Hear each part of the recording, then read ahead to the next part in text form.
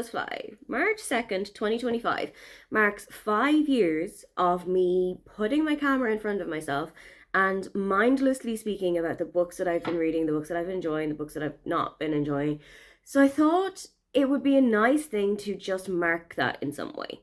And I racked my brain for ages. I was like, how can I celebrate having done this for 5 whole years? And then thought, why don't I go back and read every single book that I made as my favorite book of that year and figure out if they are still books that I enjoy, if they are books that now almost 33-year-old Aoife would enjoy as much as Aoife did back then. We'll start obviously with 2020. 2020 was a bit of an insane year, and I didn't rank my reading as much as I did in other years. I didn't have any of those kind of templates that you get on Instagram sometimes, where you get your favorite book of the month and then you have these little kind of battles and brackets that you put them all into.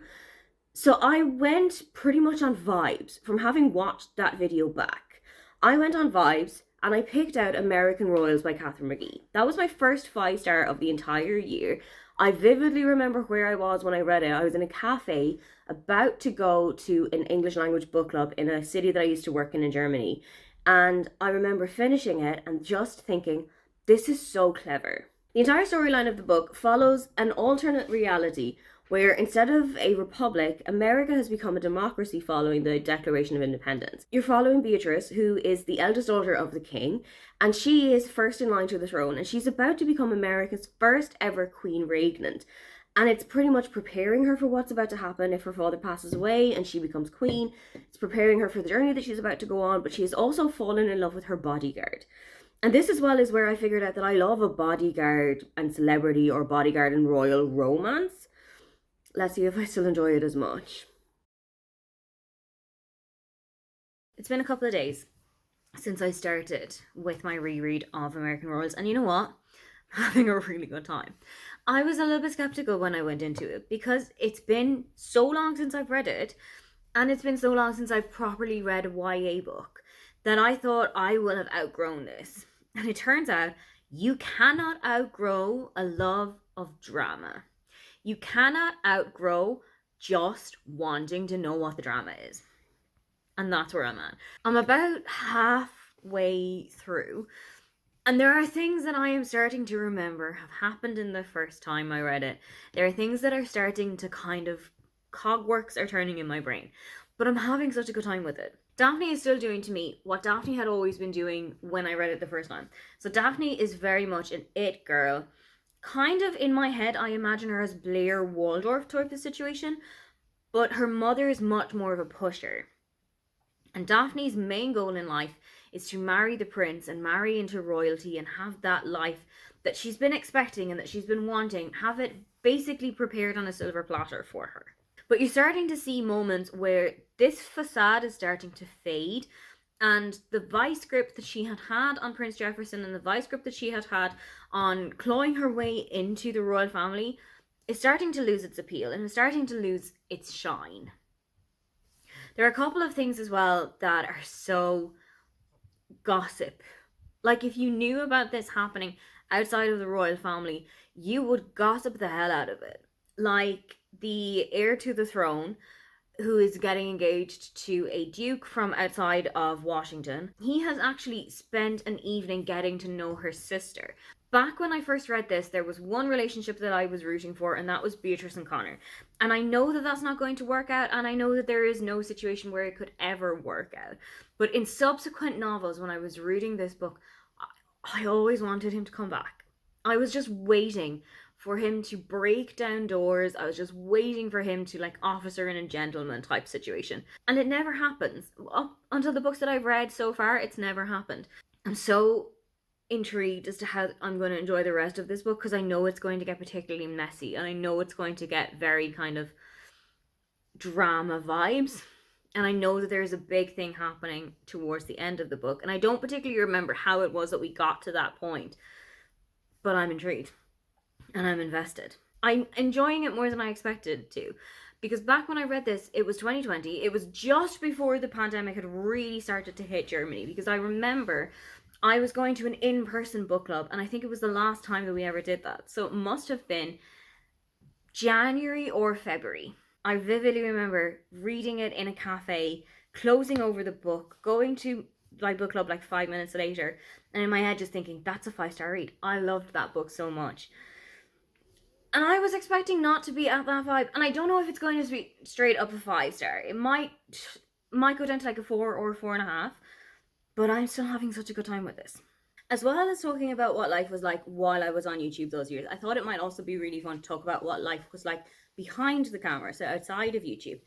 Back in 2020, when I had started my channel, I was still living in Dortmund. I was living in a smaller than now city. I think it's about 600 to 650,000 people living there. It's in the west of Germany. It's about an hour to an hour and a half drive from the Dutch border. By 2020, I had been living there for about 3 years, and I was relatively happy.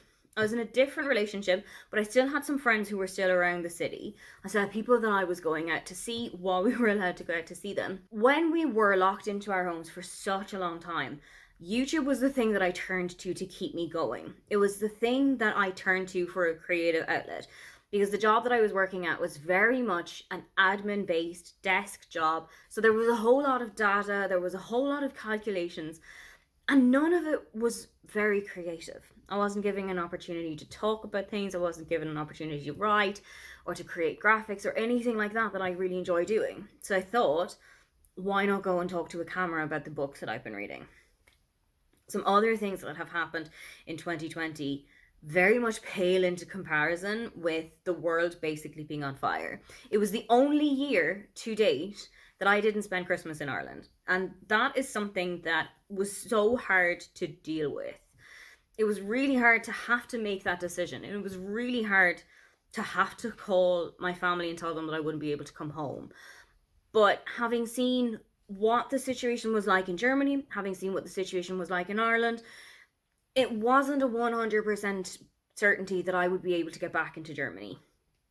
So I made the call. I think I made it around mid-November or so. I think that was the stage that I knew that things weren't going to improve with enough of a force that I would be able to go home.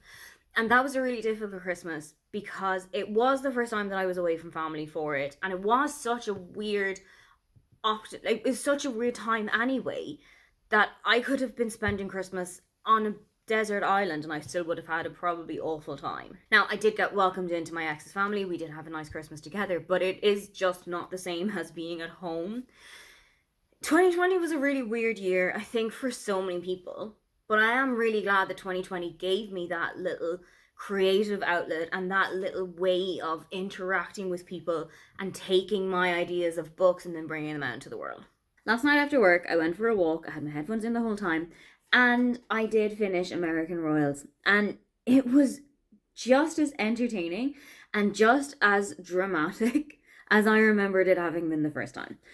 All of the fears and all of the worries that I had about, oh, is this going to be a book for me? Oh, is this going to be something that I really enjoy? Completely assuaged. I had such a great time with this one. I think I'm going to go back and listen to or read at least the rest of the series. I know that there are 3 other books out right now. I don't know if there are any plans for a 5th book in the series at the moment. But the whole world and the world building was done really well. It was also really great in terms of the world building, which I think is important when you're setting up a world that is so different from what we are actually inhabiting at the moment. When you're going to give a country that's such a superpower at the moment, you're giving them a completely different system of government. You really have to go through it and you really have to give it all of the backstory that you can. There was just one thing that I had a concern about, and that was that every single country in this world is also a monarchy. There's been mentions of other countries like France, like Greece, and there are countries that are mentioned as well that are to this day actual monarchies, like Spain, like the Netherlands, like Sweden. But there are so many more republics around the world, and there are so many more countries that are run by presidents at the head of state. And I really think that it would have been great to just have that other system of government in, just to have a kind of, so this is how we do it as a monarchy, but this is how they are doing it in terms of being a republic. I don't know if somewhere down the line, maybe that's going to happen in the 4th book, that Beatrice starts to think about, oh, maybe I want to bring America in a totally different direction. It's interesting that no country over here is an actual democracy like that. But I had such a great time with it. I'm gonna go into the rest of the book maybe in a couple of months' time, but it's definitely one that I want to keep going with. Now that the fun and frivolity of 2020 is done, let's move on to the extreme discomfort that was my favourite book of 2021. Again, I didn't use Copal in 21, so there wasn't anything concrete that I could go to and say, this is definitely the book that impressed me the most out of anything in terms of these are the stats. But what I did go with is the book that has left a huge mark on me. It's a book that I know when I start to reread this, it's gonna bring on a lot of dark thoughts and it's gonna bring on a lot of different things. But the best book that I read in 2021 was My Dark Vanessa by Kate Elizabeth Russell. I spent so long sitting after reading that book, just taking it all in, just letting it all sink in. I don't think that there are many people among us who haven't been in a situation like Vanessa and Stain were. And I don't necessarily mean that we've all slept with our teachers. What I mean is that all of us have in some way been sexualized by people who shouldn't have been sexualizing us. All of us have in some way had situations that we've looked back on with the hindsight of a couple of years behind us and thought that this shouldn't be how it had happened and things shouldn't have gone the way that they did. I don't know how I'm going to sit with this book again. I did give it a 5-star when I read it in 2021. I don't remember at what stage of the year it was that I would have read it. I probably would have read it early 2021. I'm thinking like a March or an April time. I just know that it had such an impact on me because we were still going through quite a lot of the Me Too movement back in 2021. So having that book be so fresh and of that time, I wonder how it's going to go now. I'm going to go into this with as much of an iron stomach as I can go into it with, knowing what the subject matter is, knowing what the things that happen in this book are. Let's see how I go. About 50 or so % of the way through My Dark Vanessa, and it's so difficult to talk about. It's really difficult to put words through as to what kind of a book that this is. This is a very stressful kind of book to read, and it's a very deep and it's a very thought-provoking one. I've made so many different notes in my reading journal as I've been going through and as I've been reading this book. And the thing that is just standing out to me so much is how strikingly it's written. Vanessa is, without question, one of the most unreliable narrators there will ever be. I think you really have to take everything that she's saying at quite a big grain of salt, because when she's going through everything that had happened between her and Strain, and when she's going through all of the allegations that are being brought out now, and all of the other women who are coming forward and saying that they have experienced the same thing that Vanessa has gone through and they don't see it as okay. When Vanessa sits there and thinks, but what happened between us wasn't the same as what happened between you two. And you read through it and just think how much everything that went through her and Strain has shaped how she sees the world and how she sees herself.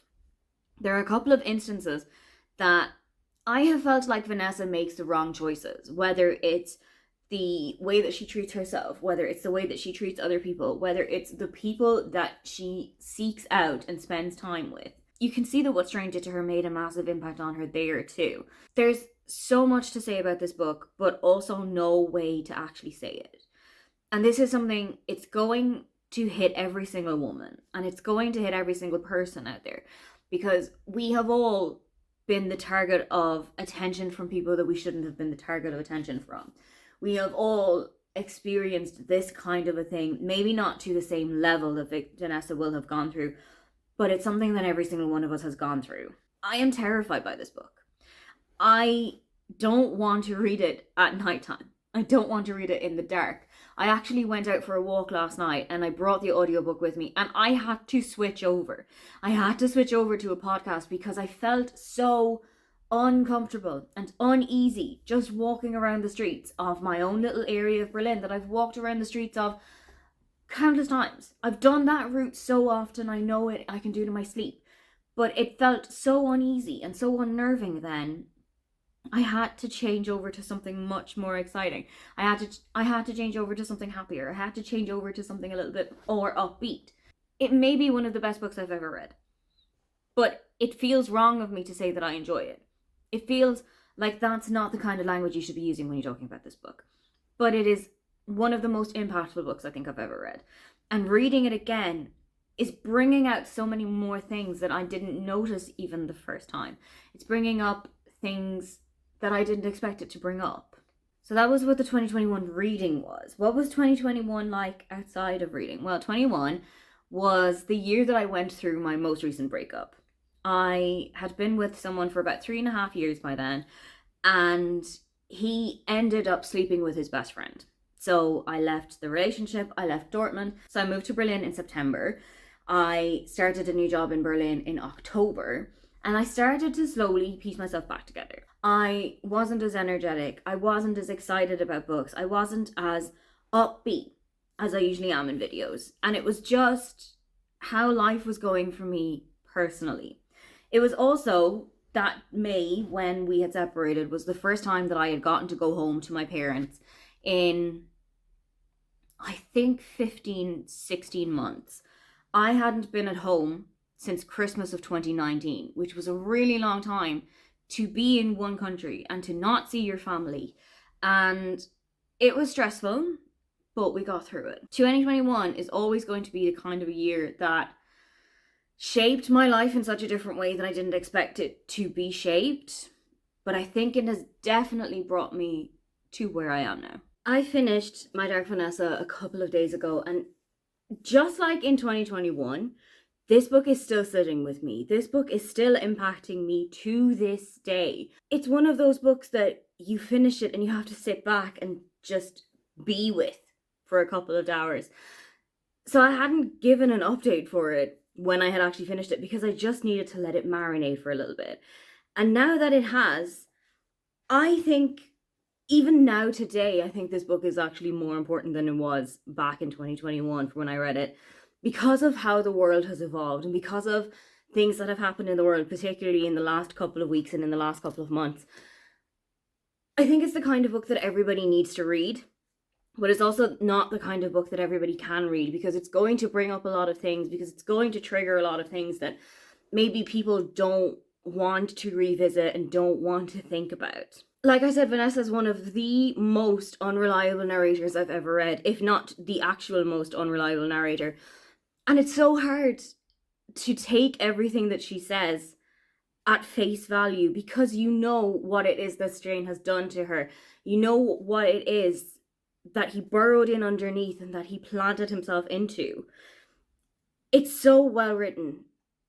I gave away my copy to the library, and I almost wish that I hadn't done that, because now I really want to have a copy of it again so that I can go back to it, because it is the kind of book that you do need to revisit now and then, and you'll get something new from it. I did get new things from it this time that I didn't pick up on the last time I was reading it. I think that is such an integral part of reading. When you go to it a couple of years down the line, a little bit more mature, a little bit more life experience, and you come to it at a different angle, and you come to it with different experiences in your back pocket and different things that you've learned, it really does shape a book in a different way. But 2021 is over. Let's move on to 2022 with The Appeal by Janice Hallett.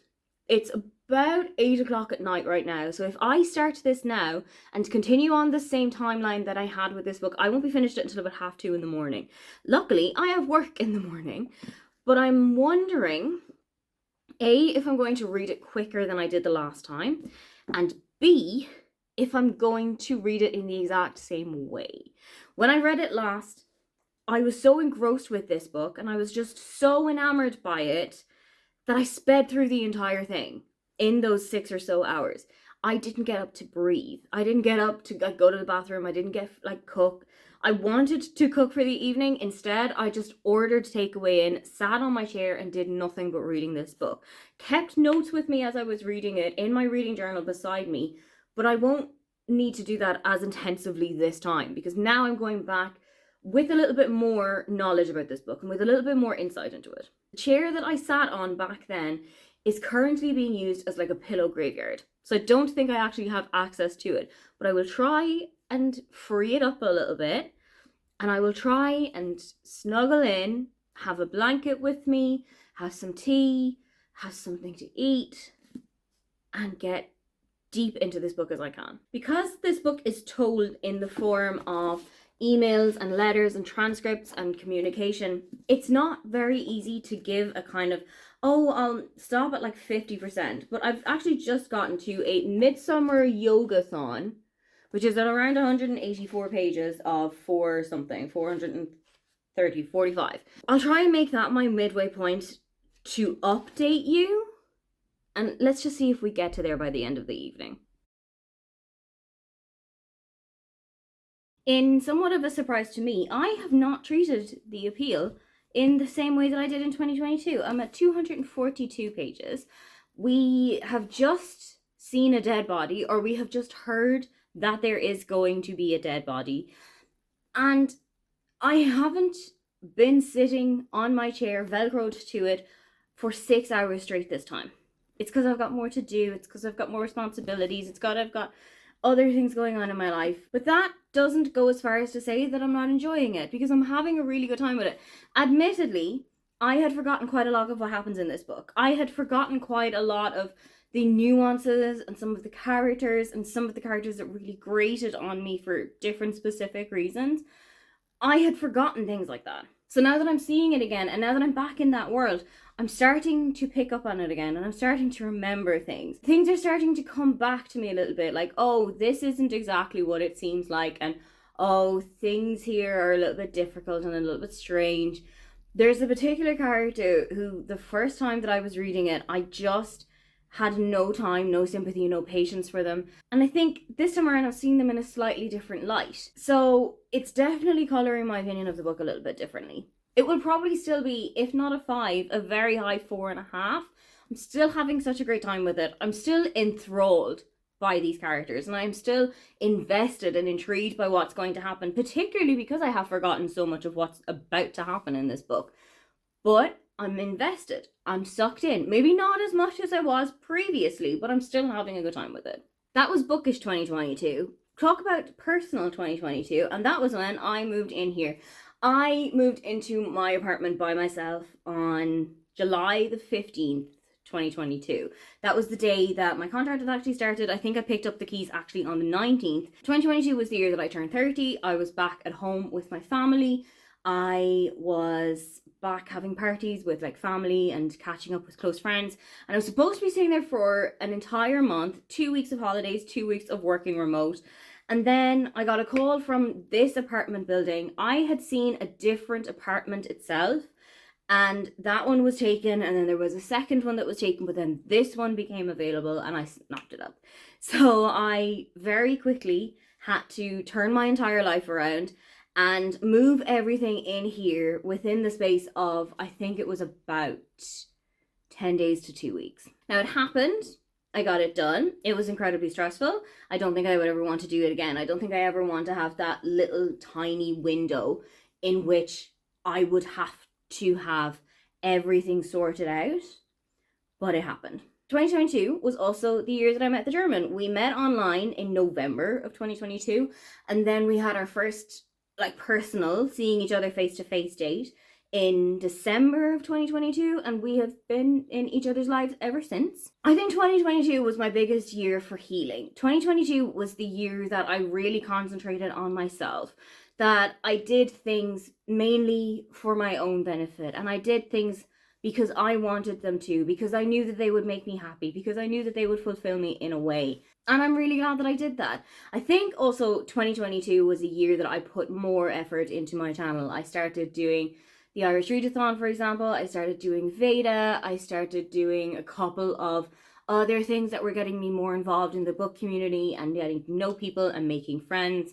And that definitely stands to me to this day. There are people that I met in 2022 doing various things that are still in my life as good friends to this day. So if anyone ever tells you that nothing will come from the kind of relationship or connections that you make online, you can cite me as a source. I've brought myself over to the infamous reading chair where everything went down, where we're going to talk about what I did with the appeal. So I finished it this morning and I knocked down half a star.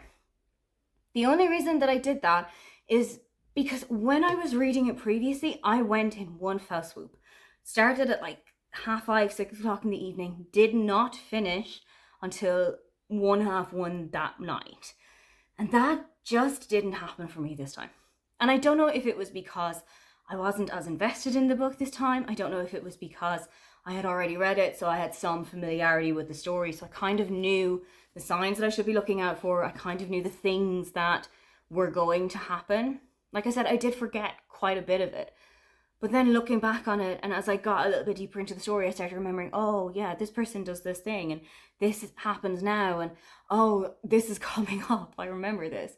It just kind of started to come back to me a little bit. I wonder if that's the reason that I just didn't get as invested in it this time, and I didn't read it all in that 7.5 hour completely straight run. Whereas here, it took me a couple of days to read it. And I think another reason for that is just how different the world is and how different my world is in 2021 compared to in 2025. Back then, I was single. I was living in a house share. I didn't really have many opportunities to go out and to do things in the evenings. Whereas now, I am in a relationship. I am living by myself. I have got things that I do in the evenings. If the German doesn't stay here, then we'll watch something together in the evening. And I don't like to read while I'm watching those things, because I'll miss out on what's happening, or I'll miss out on the chat that we're having in the little chat box that's beside it. So I'll knit when I'm doing that. So it did just break it up into little chunks for me a little bit. Now that's not to say that I didn't enjoy it. I'm going to read back over my reading journal from 2022 and I'm going to see what it was that I had picked up on this time, what it was that I picked up last time, if there's anything that was kind of jigging my brain. There were a couple of characters in here that I think I've read them in a slightly different light this time than I did back in 2022. For example, Isabel, who is one of the kind of gets in everywhere, really kind of mousy, held back kind of a woman. That's how she's described by a lot of people in the drama society, that she's very kind of energetic. She's almost like a 3-year-old on steroids. And I warmed to her a lot more this time. I warmed to her a lot more in terms of how she was interacting with people, in terms of how people were interacting with her.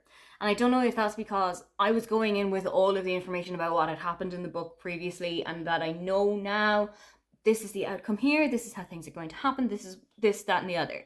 I don't know if that's the reason, but I definitely saw Isabel in a different light this time. I do feel a lot more now that the book ended on a cliffhanger, and then it almost feels like there's other things that could have happened, and there's other things that I want to know about, there's things that I want to find out more about, and I don't think I'm ever going to find out about them because I know for a fact that Janice Hall is not going to go back to this series. So I'm just going to have to sit in the uncomfortableness, and I'm just going to have to deal with it as it is. And so we are done with 2022. Let's move on to 2023. In my top 3 books of the year, 2 of them were by Irish authors.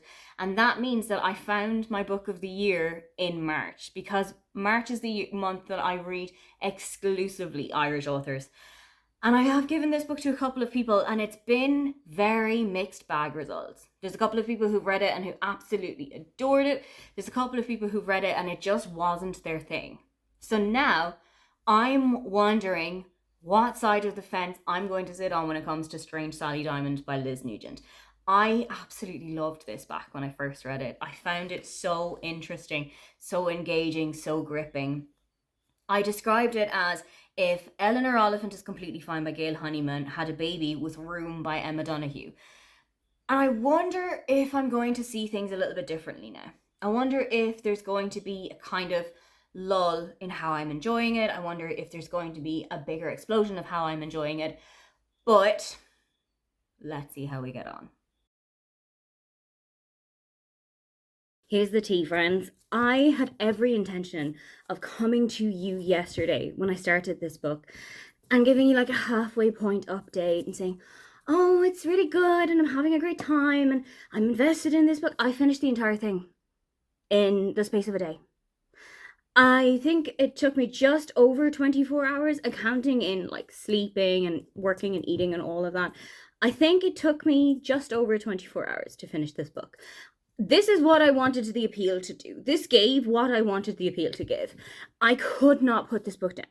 I made the same fatal error as I did with my Dark Vanessa because the themes are quite similar. It's very much a relationship that you shouldn't be in, and a huge age gap and a huge power imbalance and the dynamic that comes with that. I could not get this book out of my head. I couldn't stop reading it. I took it with me on a walk when the days are starting to get a little bit brighter, so it is a little bit brighter in the evening, and as I started my walk it was nice and bright, but then about halfway through my route it started to get a bit darker, and also the book started to get a bit darker. I couldn't stop reading it. I just could not put the thing down. This is exactly what I wanted from this book. I wanted it to grip me so hard that I wouldn't be able to let go. There's so much about this book that just gripped me in, and I am loath to say that I enjoyed it, mainly because of the subject matter, because it's about a woman who finds out that she was actually the product of a horrific upbringing. Her mother was kidnapped by her father when her mother was about 11 years old. Her mother gave birth to her when she was 12. They were kept in this tiny little room. If you can imagine Room by Emma Donoghue, very similar situation. They were kept in that tiny little 12-foot by 12-foot box, soundproofed, and there was another kid in the house, and he was her brother, but they never saw each other. They had no idea that the other existed. And then you fast forward about 20 or 30 years or so, and Sally is now living a completely different life. She has no idea of her beginnings. She has no idea of her origin story until things start to really spiral out of control for her. And there's so much to pick up about this book. There's so much to dissect, and there's so much to go into. And I am almost loath to do so because I feel like this is the kind of book that you need to go into blind. You need to go into it with not a whole lot of ideas of what's going to happen. You need to go into it with not a whole lot of backstory. I think Liz Nugent is one of the best writers that we have as a country. I think Liz Nugent might actually have the secret to keeping everything going. I am enthralled by her. There's only one book of Liz Nugent's that I've read so far that I haven't enjoyed, and that was Unraveling Oliver, and that was her debut book. So I put that down to teething pains, because anything else that I've picked up from her has been an absolutely phenomenal win. I know that a lot of people have struggled with this book. I know that there's people that I have given this book to who didn't enjoy it. I know there's people who I've given this book to and they've DNF'd it. And then there are people that I've given this book to and it was their book of the year. There's people I've given this book to and they are still talking about it and they are still thinking about it to this day. So it's a Marmite book. But for me, it hits the spot. At the end of the book, feels not like the time to talk to you about what 2023 was like in my life, but I didn't have that like halfway update that I had with all of the others, so let's go for now. What happened in 2023, I can't actually tell you. I have this thing where I can vividly remember 20 or so years ago, cannot tell you what I had for dinner yesterday. And this is the kind of situation that I'm having with 2023. In my life, there wasn't a whole lot of things that really happened. There wasn't a whole lot of big standout moments. Like, I didn't get engaged, I didn't buy a house, I didn't buy a car. I didn't do any of those big things. But I just had a really enjoyable year. There was nothing in it that really stood out positively or negatively. In terms of BookTube, I think 2023 was when I really started to form and to shape friendships. There are genuinely people with whom I first spoke in 2023 who are still in my life right now.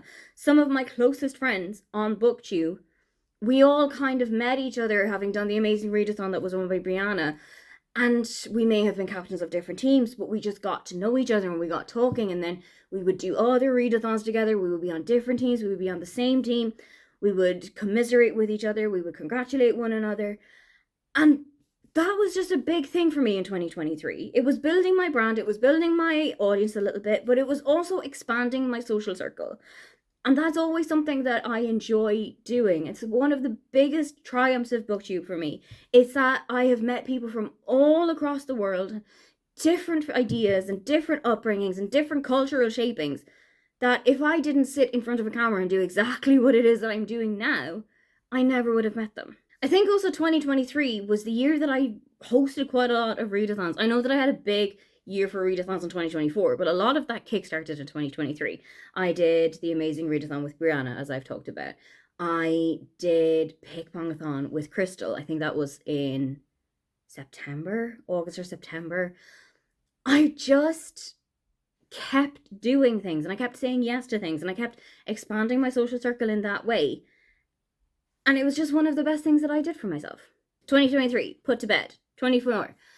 It feels weird to read the best book that I read last year, having only read it about 6 months ago, but I'm going to go into it again. It was You Deserve Good Gelato by Casey Rose. She is super big on TikTok. She's super big on YouTube. I think she's even been on the Kelly Clarkson show. Her whole USP is that she has moved from the US to Italy. She's now living with her now fiance, and her book was basically a love letter to people who have left their own country and who've moved to a different culture, have to do day-to-day life in a different language, have to do different cultural norms, have been taken from this culture that they're so comfortable with and so familiar with, and then put slap bang into something else that they're not super familiar with and that they don't really understand as natively as they would others. As an immigrant myself, this book was huge for me. It was such an eye-opener to see that I just wasn't on my own.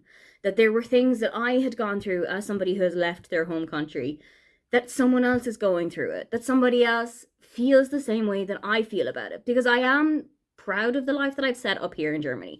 I do love the life that I've set up here in Germany, but it doesn't come without its difficulties.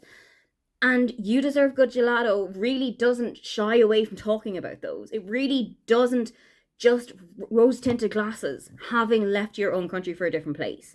And that was something that I really admired from Casey Rose. So let's see if I love it as much the second time around. I have actually gotten to give you a halfway update with You Deserve Good Gelato, and I'm apologising because it's not quite halfway. It's actually 69% of the way through. I am speeding through this book, which I'm not super surprised about because it is quite short. It's only about 5.5 or so hours. It's very fast paced. It's all very bunched in together and it's enjoyable, but I don't think this time I am enjoying it as much. There are a couple of things I'm picking up on this time that I don't think I was picking up on previously. But it's still a really good and it's still a really engaging story. I'm still getting the exact same feeling that I got from it the first time about being in a relationship with somebody who is not from your own culture.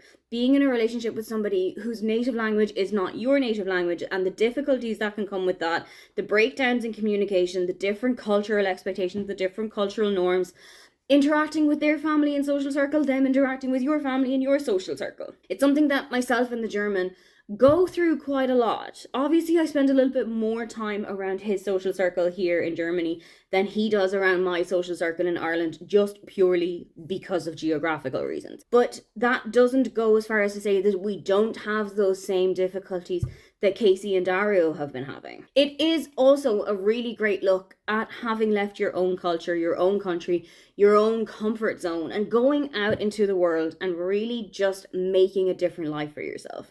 And that was something that I really resonated with the first time because of how she explains what happens to you. And it's really got the pep talk in it as well. It's really got that feeling of do it scared, do it anyway, which is definitely something that, since having read the book, I have tried to live by a little bit more. I have got pretty strong German. I have become pretty assimilated into the country, having been here for 7.5, 8 years now. So I don't really have the same kind of worries and the same kind of concerns as I did when I first arrived in June 2017. That's the 2024 reading so far. The 2024 life stuff was when I really found my people here on BookTube. In March, I believe, March or April, a group of 6 of us started Cultmas. This was when we decided to try and read 30 books in 30 days. Now, I knew my own reading speed, I knew my own reading tastes and life, and I knew that 30 days wasn't going to be a possibility for me, so I jumped it down to 15, and I think I got to about 12 or 13 within those 30 days. Others of us did get to the 30, others of us kind of stumbled at different blocks, but we set up a little group chat to kind of keep us all accountable, to keep us all going. And we are still daily checking in with one another, sending memes and gifts and giving each other life updates and telling each other, this is what's going on for me personally. This is something that I'm planning to work with on BookTube. Is this something that you want to get involved with? This is when I really found my tribe.